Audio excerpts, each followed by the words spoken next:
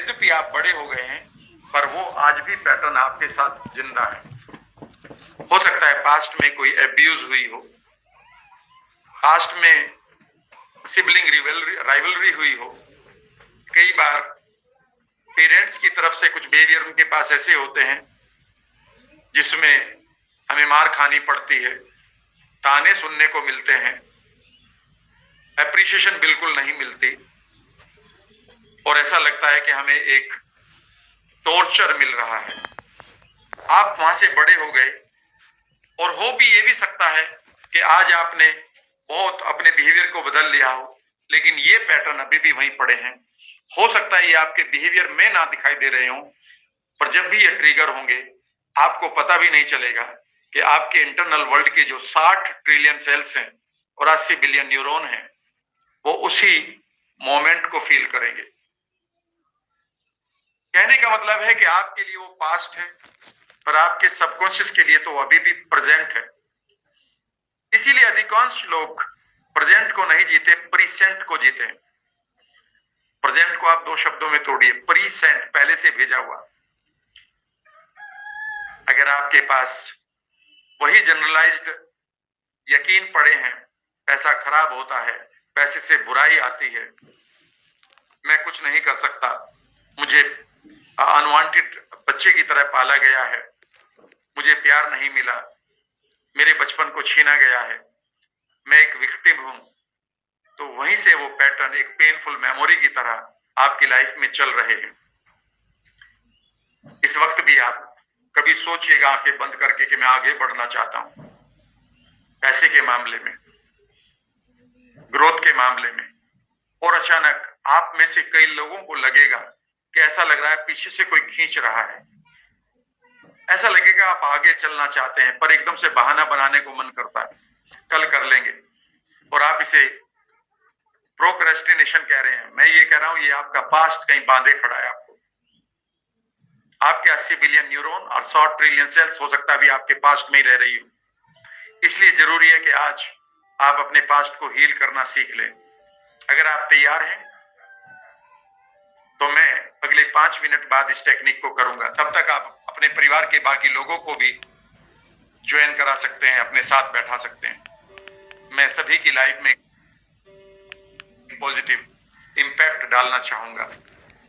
इस मेमोरी ने मेरी तमाम डिजीज को हफ्ते भर में जिनसे मैं सफर कर रहा था, मुझे एक यूनिक रिजल्ट दिया था। हजारों नहीं लाखों लोगों को मैं इस टेक्निक को बता चुका हूं, आपको भी बता रहा हूं। लेकिन पहले उन 7 चीजों को भी जान लेते हैं जो आपको बीमार कर रही है, आपको एंजाइटी दे रही है, आपको पैनिक दे रही है, आपके रिश्तों को तोड़ रही है, आपके मोटिवेशन को मार रही है। दूसरी चीज है कि आपके पास प्रेजेंट ऐसा हो सकता है जिसमें आप अपने आप को फंसा हुआ पा रहे हैं। कोई टॉक्सिक रिलेशनशिप है, कोई टॉक्सिक बिहेवियर है आपका, कोई लॉस है, और वहां से आप अपने मोटिवेशन को जीने के खो चुके हैं और अपनी जिंदगी जीने की जो चाह होती है, जैसे ही वो पता चलता है मोमेंट, मेरे माइंड को पता चल जाए कि मैं जीना नहीं चाहता हूं, इमीडिएटली मेरा माइंड इस कमांड को लेकर अपना काम शुरू कर देता है। तीसरी चीज है आपकी इनर कोर। 8 साल की उम्र तक आप लोगों की, मेरी, आपकी, सबकी, और यहां यूं कि ये सब नहीं तो 99% लोगों की 8 साल की उम्र तक इनर इमेज खत्म हो चुकी होती है। 8 साल की उम्र तक हमें लोग बता देते हैं कि हम कहां पर अच्छे नहीं हैं, कहां गलती कर रहे हैं, और ये लाइफ लॉन्ग चलता रहता है।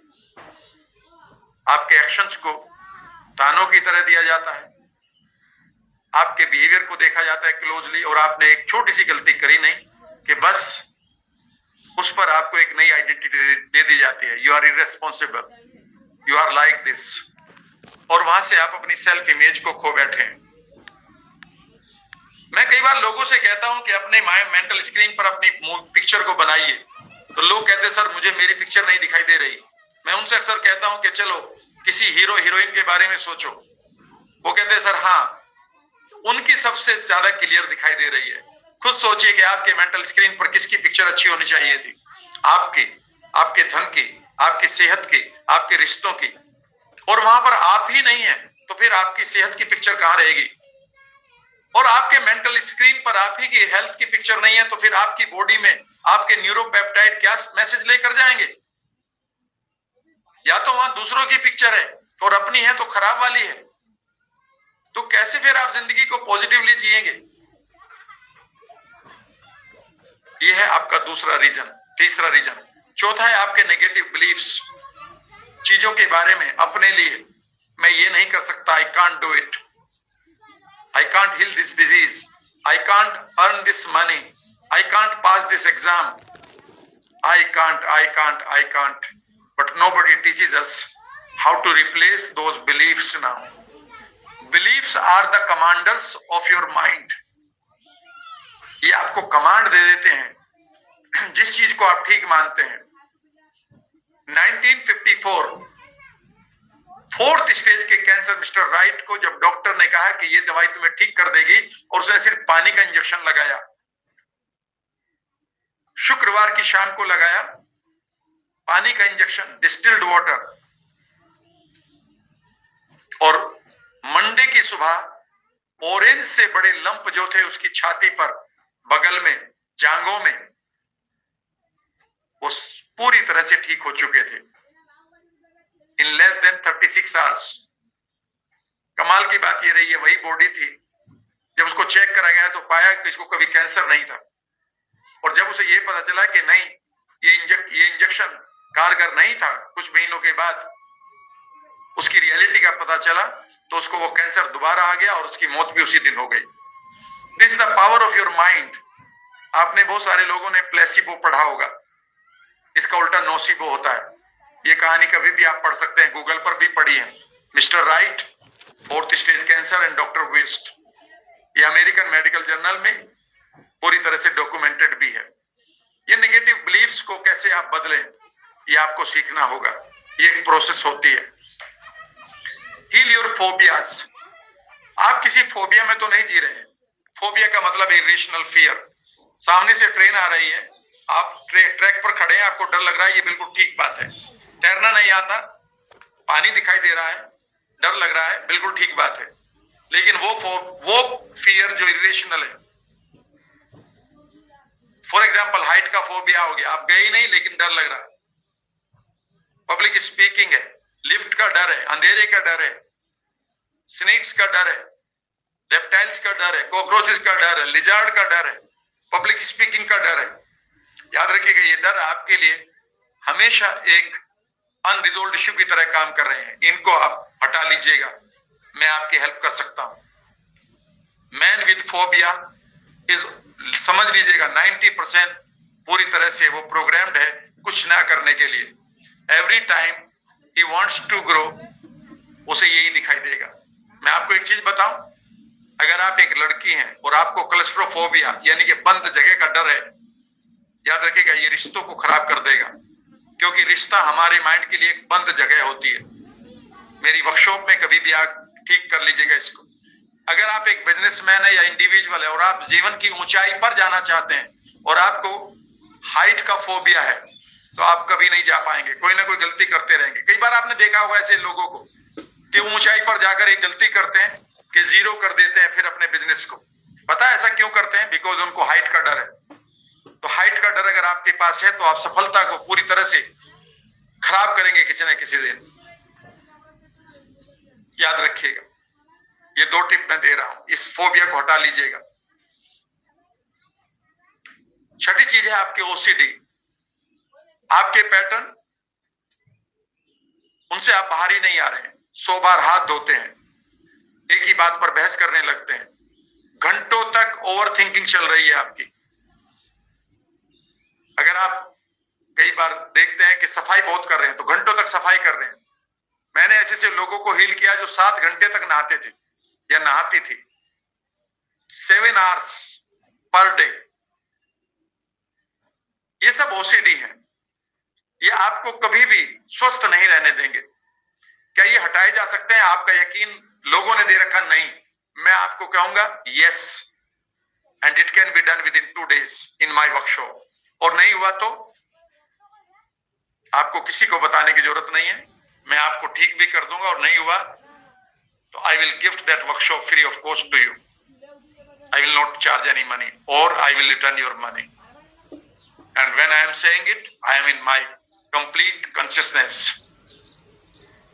सातवीं चीज है बैड ट्रिगर्स. आपने कोई आवाज सुनी, आपको कोई थॉट आया, आपने कोई आदमी का चेहरा देखा और आपका मूड खराब हो गया. सीजन चेंज हुआ कि आपको एलर्जी हो गई. डस्ट में गए कि आपको छींक आनी शुरू हो गई. आपने वीट खा लिया कि अब पेट से निकालना पड़ेगा.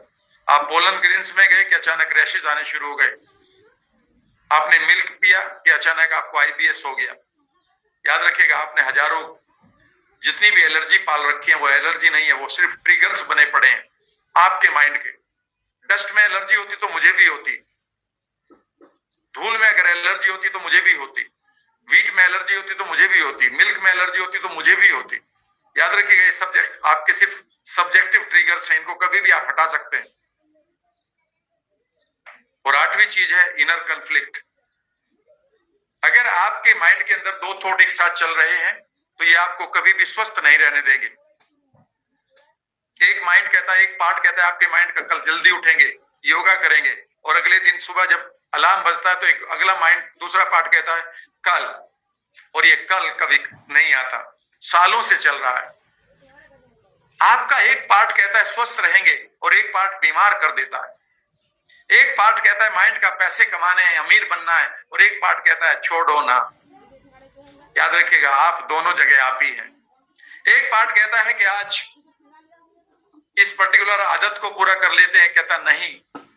और कई बार आप कहते हैं विल पावर से, देखो आज मेरा मन कर रहा था सिगरेट पीने का, शराब पीने का, ओवर ईटिंग करने का, पर मैंने नहीं किया. I am a winner. No, you are not a winner. जिस पार्ट को आपने हराया है वो भी आप ही हैं. मजा तो तब है जब दोनों पार्ट आपके साथ खड़े हों. अपने ही आपको हराना कभी विजयी नहीं बनाता.